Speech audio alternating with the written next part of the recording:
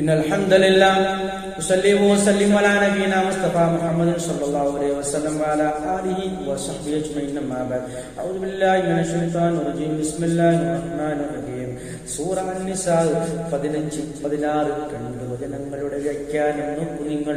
വല്ലാത്തി യതീനൽ ഫാഹിഷത വല്ലാത്തി യാദുറുകൾ യതീനൽ ഫാഹിഷത നിജവൃത്തിയും കൊണ്ടുവരുന്നു മിൻ നിസായിക്കും നിങ്ങളുടെ സ്ത്രീകളിൽ നിന്നും എന്ന് പറഞ്ഞാൽ നിങ്ങളുടെ ഭാര്യമാരിൽ നിന്നും ആരെങ്കിലും വിചാരണയാണെങ്കിൽ ഫസ്തശ്ഹിദു അലൈഹിന്ന ഫസ്തശ്ഹിദു നിങ്ങൾ സാക്ഷികളെ കൊണ്ടുവരണം അലൈഹിന്ന ആ സ്ത്രീകളുടെ മേൽ സാക്ഷികളെ കൊണ്ടുവരണം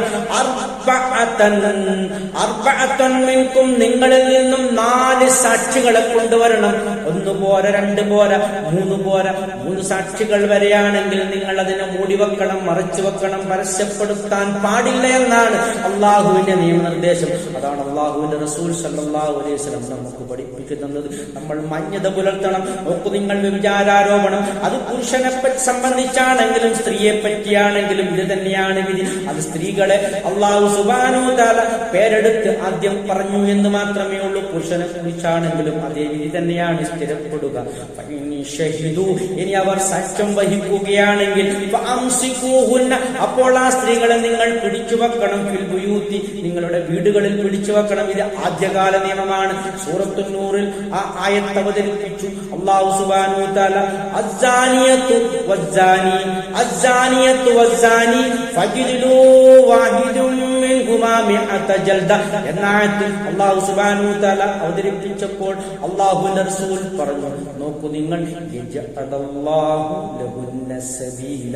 ഈ ആയത്തിന്റെ അവസാന ഭാഗം പാരായണം ചെയ്തുകൊണ്ടാണ് അല്ലാഹുവിന്റെ റസൂൽ സല്ലല്ലാഹു അലൈഹി വസല്ലം അതിനെ വിശദീകരിച്ചത്. നോക്കൂ നിങ്ങൾ, എന്താണ് ആ പറഞ്ഞത്? ഹത്താ യതവഫാഹുന്നൽ മൗത്ത് മരണം അവരെ പരിപൂർണമായി പിടികൂടുന്നത് വരെ കൂടുതൽ അഴിഞ്ഞാട്ടത്തിന് വിടാതെ ആ സ്ത്രീകളെ വീടുകളിൽ തന്നെ തടഞ്ഞു വെക്കണമെന്നാണല്ലോ പറയുന്നത്. ഔ അല്ലെങ്കിൽ അല്ലാഹു ആക്കുന്നത് വരെ ലഹുന്ന സബീല ആ സ്ത്രീകൾക്ക് ഒരു മാർഗം അല്ലാഹു ഉണ്ടാക്കുന്നത് വരെ. അതാണ് അല്ലാഹുവിന്റെ റസൂൽ സല്ലല്ലാഹു അലൈഹി വസല്ലം സൂറത്തുൻ നൂറിലായിട്ട് പാരായണം ചെയ്തുകൊണ്ട് ആ നോക്കൂ, വ്യഭിചരിച്ച ആ സ്ത്രീയും അതുപോലെ പുരുഷനും അവരിൽ ഓരോരുത്തർക്കും നോക്കൂ 100 അടി അവരടിക്കണം എന്ന നിയമം വന്നപ്പോൾ അല്ലാഹുവിന്റെ റസൂൽ പറഞ്ഞു യജഅലല്ലാഹു ലഹുന്ന സബീല. അവർക്ക് അല്ലാഹു അതാ ഒരു മാർഗം ഉണ്ടാക്കി കൊടുത്തിരിക്കുന്നു എന്ന് പറഞ്ഞുകൊണ്ടാണ് അതിനെ വിശദീകരിച്ചത്. ആഖിറു ദഅവാനാ അനിൽ ഹംദുലില്ലാഹി റബ്ബിൽ ആലമീൻ.